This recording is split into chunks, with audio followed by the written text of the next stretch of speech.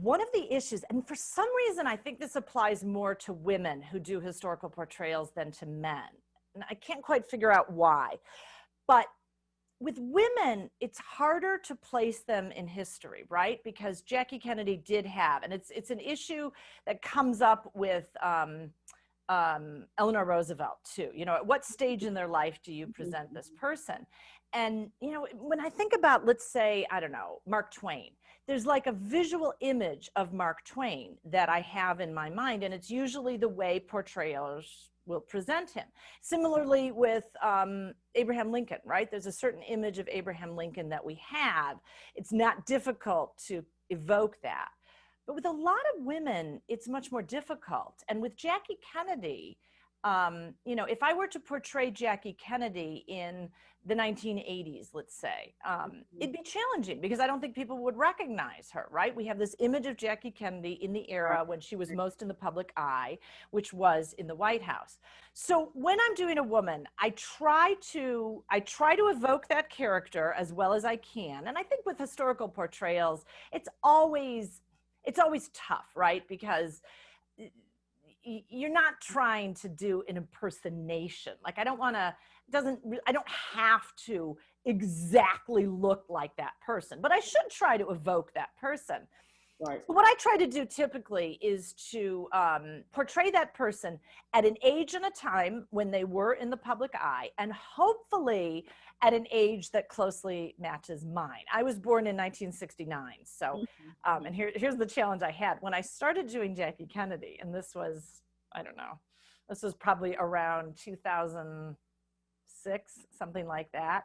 So it wasn't that big a stretch for me to portray her as she was in the White House, which was in her early 30s.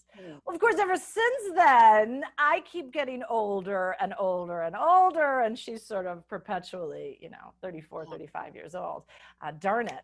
So it's a real challenge. It's a real challenge. And to the point that I actually have wondered whether it's time to revisit that portrayal. Right. How would I dress? How do you portray Jackie Kennedy? So even, circa 1970s maybe, but we think of her with the pillbox hat and the pearls and the gloves. It's a real challenge. In my programs, I often try to have some kind of an issue that the character is grappling with. And in the program I do of her, she's grappling with the idea of whether she should continue to live in Washington or should move somewhere else.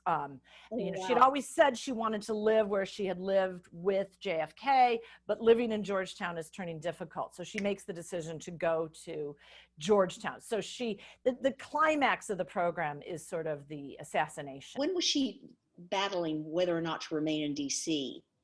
It was in 1964. And the assassination, November of 63, she moved to New York in the summer of 64. So it's really kind of set about a year after. I see. Yeah. And it's a challenge because then I had to deal with the issue of, do I wear black? And, part of me still thinks I should. I'm still revisiting that whole issue. I didn't because we don't associate her with wearing black. Costuming is really tough because I want to be historically accurate, right? But at the same time, I want to help the audience. I always feel like the costuming in a way is to help the audience enter the world that I'm talking about. And I want the costume to help do that. So sometimes I've had a case where a costume that might be actually very historically accurate might not be the best choice because it might be hard for them to enter the world. For example, the one I'm thinking of that I really battled with this was when I was doing Eliza Hamilton, Alexander Hamilton's wife. This was right when the Hamilton musical opened in Chicago. I wanted to set it towards the end of her life, and that would have been in like the 1830s, 1840s. But when people think Alexander Hamilton, they think 18th century. I did not want to set it any later than 1780s, 1790s. So I do historically accurate 1830s or not? And I decided to do it 18th century. I decided to set it in the around, late 1790s, because having costuming of that era would help the audience, I thought, to get into it. The reality is, it's all about the audience. And I've never forgotten that, because when I'm making decisions about what costumes to wear, it's about the audience, right? I don't want to lead them astray with costuming that is inaccurate. But I also don't want to confuse them with costuming that doesn't help them evoke the scene. Same thing with just choice of character, right? I want a character that the audience will in some way relate to for whatever reason, whether it's because they are a fan of Jackie Kennedy, or they love Georgia O'Keeffe's art, or, they're interested in Titanic. I want a character that will help pull people in. And, whatever I do in the program, whatever I choose to include in my program, is something that I think will in some way be of use to the audience, a historical lesson that they might want to learn from, a question they might want to grapple with, a quote from this person. When I do Eleanor Roosevelt, I station the whole thing around the question of whether she's going to join the United Nations or not. And I use that quote from her: "You must do the thing you think you cannot do." So I always am hoping that the lesson from it is what a good role model she is to face something that you're afraid of and face it courageously. It's all about the audience. And that's a really good kind of guidepost to use. Right. When I have seen images of your work, of you as Jackie Kennedy, or at least, and it may be on the Greenville has a publication, but when I looked at the image of your character, Jackie, it's not that, don't misunderstand this at all. Yeah. But it was what she was wearing. Yeah. That day. Yeah. And I thought, this is going to be so wrenching. Yeah. Oh, yes. Yeah. And it was the we watched it not live, but it was as close as you got to live in those days, and the whole world stood still for the next 4 days. Right. And there was this constant bath and the blood on her skirt. Yeah. And I'm realizing I did not know you then. And I thought, that is a very brave actress. Yeah. And you know what? I have to say, I have gone back and forth about that suit. And that's actually a really good point, because the reason I chose to wear it was to put people in the mindset that this is not going to be just a pretty lady, that we're gonna tackle this issue. And in some ways, I do think that costume, and the reason I chose to wear it is because I do think it helps some people to be put in that mindset when the program begins. But I still question it. And the one I'm wearing right now probably needs to be rotated out. It's starting to grow old. I worry that it's a bit too powerful, at least for audiences today. And the dress itself, it still exists. It's in the National Archives. It has never been exhibited because I think it's too powerful. I've spoken to a woman who does Mary Lincoln, and we were talking about how the cape that Mary Lincoln wore on the night that Lincoln was assassinated, it also still exists. It's actually at the Chicago History Museum, and it has been exhibited, even though it still has Abraham Lincoln's blood on it. But it's not as powerful as Jackie Kennedy's suit. And we were talking about, part of that is because so much time has passed. You know, the Abraham Lincoln assassination is not living history to us today. But it's also the case that the Kennedy assassination was photographed, televised, you know, watched in live time. I worry, and I think I'm not going to use that suit anymore, because I think it might be too much. I think it might be impeding the audience's. I'm going to retract my statement, but I do not want you to stop using that. Oh. Because what you forced me to do. It's hard. You know, and you go through this issue anytime you're choosing a costume. It's hard. It makes me want to do Abraham Lincoln and just, grow a beard and wear a stovetop The tie and Jesus with a stovetop. I'm But I don't want, done. don't make me regret that I said that to you. No, not at all. No. As you got to know your audience, and you've got to let us return there. Yeah. And that is what the program does. And you know what? Someone came up to me afterwards and she said, is there a more powerful outfit, piece of clothing in American history than Jackie Kennedy's pink suit? And I thought, wow, I had not thought about it that way, but I can't think of one. I mean, maybe Lincoln's stovepipe hat, but that represents his whole life. That suit is that moment.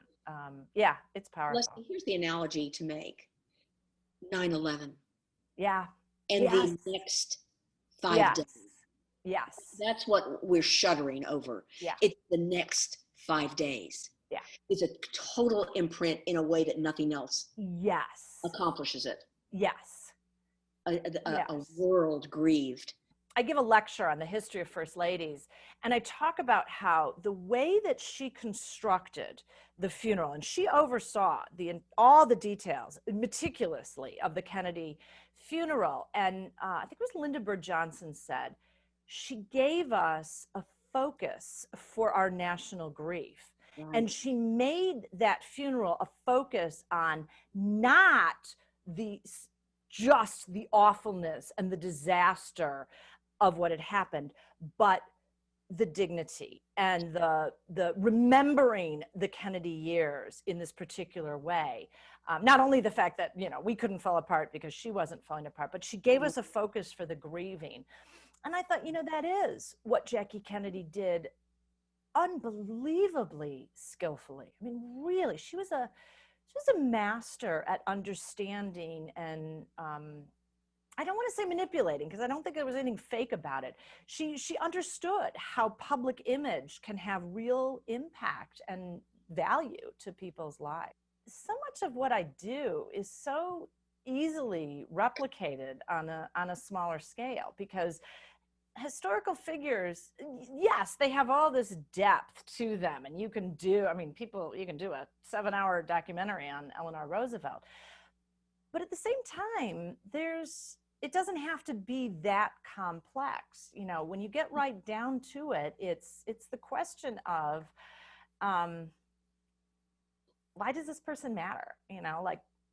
As basic as that, and if you can get the person, if you can evoke the person visually, get a sense of how they dressed or did their hair or whatever, and just get it. Why was this person important? That alone is huge. That's what you need. And I've done times when I did a 5-minute Amelia Earhart once, and just got up there and talked about what it felt like to be a pilot, to be going up in an airplane in the 1930s. How exciting that was. Right. That's huge, and that's really, in some ways, that's enough. It can be full of depth, but it can be enough to just put it out there. And, the thing about the humanities, and the thing that's so great about historical portrayals, is that the portrayal itself is enough, but there's always all these other interesting things about it. I put together Lizzie Borden in part because the Ashland Chautauqua was doing a thing on heroes and villains. And of course, now that's been put off for a few years. But I was thinking about, other lectures, other things that come up that have to do with it. And I thought, there's a lot of parallels between the O.J. Simpson case and the Lizzie Borden case. Because when you think about it, they're both they were prominent people in their own circles and times. They were both people who were found not guilty, even though there were a lot of people who believed them guilty, and they both have had to live underneath this. And I thought, those moments when it's kind of an opening, right? It's a way to get a discussion started about whatever. And it doesn't have to be, that kind of thing. The great thing about Chautauqua is there's so much opportunity to talk and to get things going. And that's really valuable for a community. Eleanor Roosevelt was always saying this, you know, it doesn't matter if you agree with people. It's it's getting the discussion going that's so valuable. I started realizing, you know, when people were very stressed out at the beginning of the pandemic, and do you remember when everybody was like baking right away? That's when I put together a lecture on the history of Betty Crocker. Betty Crocker it's an amazing thing to do as history, because, oh my God, the number of people who have tattered and worn out and stained Betty Crocker cookbooks is huge. And I've been thinking a little bit about that kind of nostalgia. I mean, one reason Jackie Kennedy might be popular is because so many people dressed like her, right? You know, so many people had pillbox hats and wore white gloves. They're already there when you begin. That's something I've been thinking a lot about recently, is how can I tap in? And again, right, it's all about the audience. How can I tap into something people already care about?